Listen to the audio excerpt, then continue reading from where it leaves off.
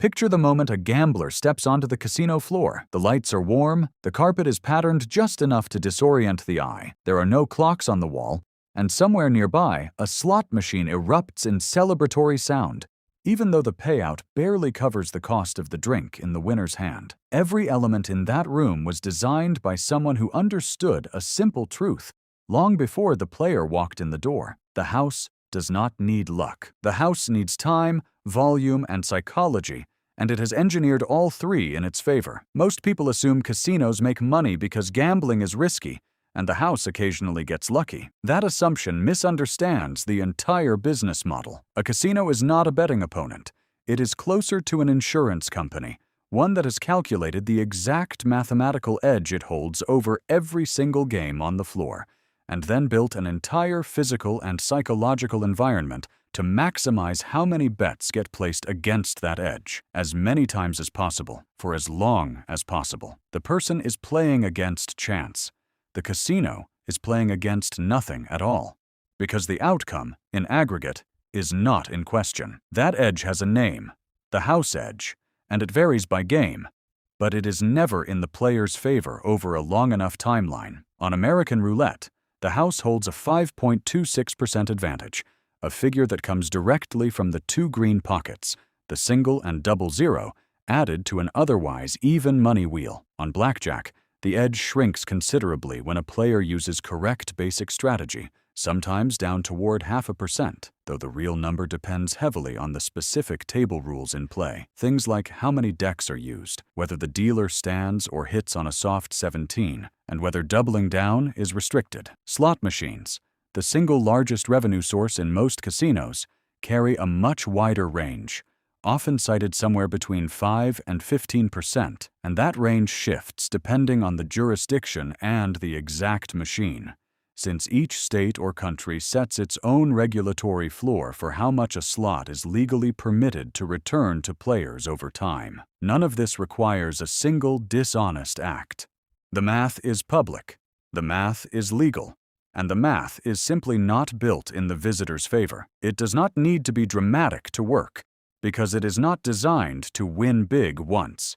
It is designed to win small, over and over, across millions of hands, spins, and rolls, until the law of large numbers turns a slim percentage into a mathematical certainty. This is where psychology enters the machine as its own kind of revenue engine. Casinos are built without windows and without clocks, because the goal is to disconnect a person from the passage of time. Free drinks lower inhibition and slow the speed at which someone processes their own losses. Near misses on slot machines, where the reels stop one symbol short of a jackpot, are engineered deliberately, because a near miss activates the same reward circuitry in the brain as an actual win, encouraging the player to try again almost immediately. Even the layout of the floor, with slot machines positioned along winding paths rather than straight lines, is designed to keep a visitor walking past one more opportunity to play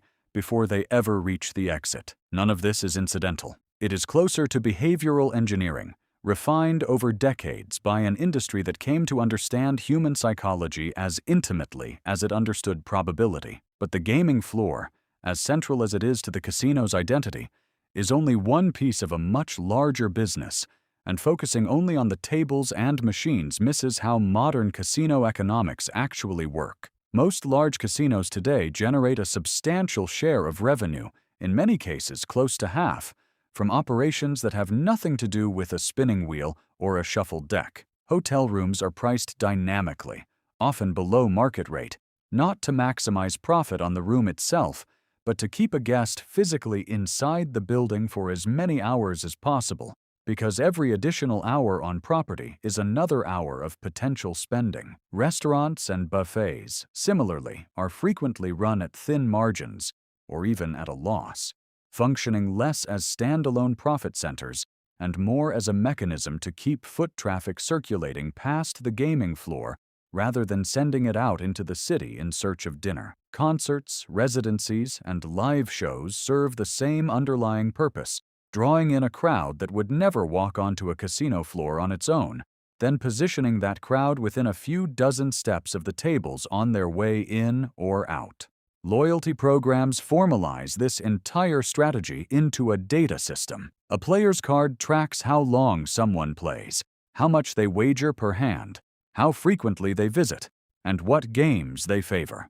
And that data feeds directly into decisions about which guests receive complimentary rooms, meals, or show tickets. It looks like generosity, and in a narrow sense it is, but it functions as a precisely calibrated discount, offered only to the extent that a guest's expected long-run losses justify the cost of the reward. Nowhere is this more visible than in the treatment of high roller, or VIP, guests, a small fraction of visitors who account for a disproportionate share of total revenue. For these players, casinos will comp private jets, presidential suites, and personal hosts, not out of hospitality, but because a single VIP wagering hundreds of thousands of dollars a night generates more theoretical win, the mathematically expected casino profit from a given bet, than an entire section of the gaming floor combined. The entire hospitality apparatus, in other words, is not separate from the gambling business. It is the delivery mechanism that keeps people close enough to the house edge for that edge to do its quiet, cumulative work. Zoom out further, and the casino becomes a case study in how a modern business can profit not from producing something new, but from managing risk at scale while transferring that risk downward to individuals least equipped to absorb it. A casino does not create wealth. It redistributes it, moving money from a large, dispersed pool of visitors into a concentrated corporate entity, using probability as the mechanism, hospitality as the infrastructure, and psychology as the delivery system. This is not unlike other industries built around managing risk on behalf of, or at the expense of, the individual, from insurance to certain forms of consumer lending.